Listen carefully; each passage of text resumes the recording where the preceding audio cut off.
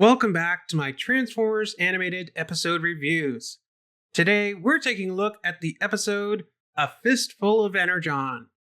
In this episode, Prowl and Lockdown team up to take down Starscream, or at least two of his clones. This episode begins with Starscream escaping from the Elite Guard's ship. How did he escape? Who knows? But it's pretty bad that a group of guys who are supposed to be the Elite Guard can't keep a hold of one Decepticon prisoner. Back on Earth, apparently Prowl has borrowed Ratchet's EMP generator. While the EMP generator did come with Lockdown, you could put it on Ratchet. Unfortunately, Prowl doesn't have any such port. It's a shame that they didn't have the same kind of universal plug and port system that a lot of the figures today have. So, Prowl uses the EMP generator on Grimlock in order to save some baby birds from being turned into extra crispy chicken nuggets. He then pulls a metal spike from Grimlock's foot, much like the proverbial thorn from the lion's paw. And it's pretty cute how Grimlock is getting pets. Aww. After getting a message from Ultra Magnus about Starscream's escape, Prowl and Bulkhead use Teletran 1's Sky Spy to try and find the rogue Decepticon. That's strange. Bulkhead, are you reading what I'm reading? Yeah, Blaine, but where are we gonna find rubber pants our size? Prowl then takes an Autobot shuttle from the Ark to go after Starscream by himself, much like the one from the end of Beast Wars. Aw, so cool. What a great homage. On the moon, Prowl investigates the Decepticons' crashed ship, where he encounters Starscream, who he easily manages to capture. But he is then confronted by Lockdown, who has a new buzzsaw weapon, which actually came with his animated repaint. But while they're fighting, Starscream escapes. So Prowl and Lockdown team up, and Lockdown even lends Prowl some of his upgrades, giving Prowl his samurai armor. The two track down Starscream, but he looks a little different. It looked like Thundercracker. Actually, he looks more like Skywarp. But Lockdown is in it for the bounty, and Prowl's new upgrades seem to be going to his head.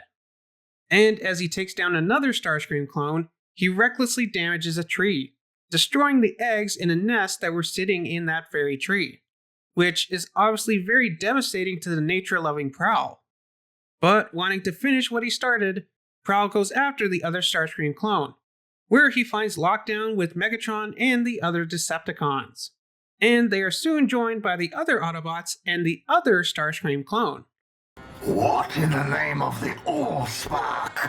But the real Starscream has a surprise for them, as he has planted bombs in his own clones. I could go off on a tangent about how this is kind of nihilistic and demonstrates Starscream's self-destructive tendencies, but I want to get this video out sometime today, so I'll just skip it. Transform and rise! For one, I love that Megatron has his own version of Transform and Roll Out in this show. I wish that other Megatrons in future series had the same catchphrase. And two, I like Megatron's kind of helicopter jerwalk mode here. So, Prowl sacrifices his upgrade armor in order to launch the clones into the air, where they explode without harming the city. But don't worry, you'll get an exact copy of the same armor later in the series. Gotta sell those toys, right? Actually, apparently, Prowl's armor in this episode was not inspired by the toy, but actually the reverse. Hasbro was inspired by his armor in this episode, so they created a toy for it, which is probably why he gets the armor back in the later episode. Lockdown contacts Prowl and invites him to join him, but Prowl tells him not to call him again. This definitely sounds like a bad breakup. And this episode ends with Starscream on board the Nemesis, with a whole armada of clones. Although they're all colored just like him. So does this mean that Starscream repaints his clones himself in order to tell them apart? Also, we never see this many clones in the show again. There's over a dozen clones here, but we only see like 5 more in the show. Also, could you imagine wanting to recreate this scene with the toys? That would be a lot of Starscreams to buy. I guess Hasbro was hoping to turn Starscream into an army builder more than he already is. This also kind of reminds you of that scene in Toy Story with all the Buzz Lightyears. It's also weird how nobody noticed that the Starscream clones were different colors. I mean, even the Decepticons, who probably knew him the best out of anyone, didn't acknowledge the fact that they were different colors. It's also odd how they went with an almost Skywarp color scheme and a kind of Sunstorm color scheme, but neither of them were quite right. And then later we get an actual Skywarp and Sunstorm, when there's a whole rainbow of Seekers out there.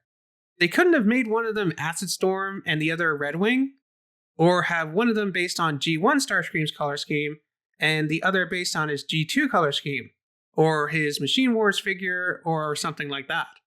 This also wouldn't be the first time that Starscream would be cloned. As we saw in my G1 retro review of the episode A Prime Problem, Starscream was also cloned in that episode. I should also mention how Lockdown wears a poncho in this episode, which is obviously very cool. I love it when Transformers wear clothes like this. It's pretty cute to see them dress up like humans. Although ponchos do seem to be their favorite. Armada Scavenger had a poncho, Megatron in Dark of the Moon had a poncho, and Wild Wheel from Cyberverse had a poncho. And there's probably more that I'm forgetting. But with this episode's title being A Fistful of Energon, I also have to mention how it and Lockdown's poncho are a reference to the Clint Eastwood movie A Fistful of Dollars, which also happens to be the very same movie that Biff is watching in the alternate 1985, which Marty would later imitate in 1885. Also, you should look forward to my reviews of the Back to the Future Transformers comic crossover miniseries coming very soon. It's also mentioned in this episode that Sari and Bumblebee aren't in it because they went to an amusement park. Aww, I want to see that episode. That would be so cute. Seeing Sari and Bumblebee go on all the rides, it kind of reminds me of that episode of Rescue Bots Academy. Well, this was a great episode. So good that I'm pretty sure I picked it as one of my top 10 back when I did top 10s, which you should also check out in the top right corner. What about you? What did you think of this episode of Transformers Animated? As always, don't forget to like, subscribe, and do all that other fun stuff. And I'll see you back here next week for the next episode of Transformers Animated, SUV, Society of Ultimate Villainy, which is another good one in my opinion. So I'll see you next week for that.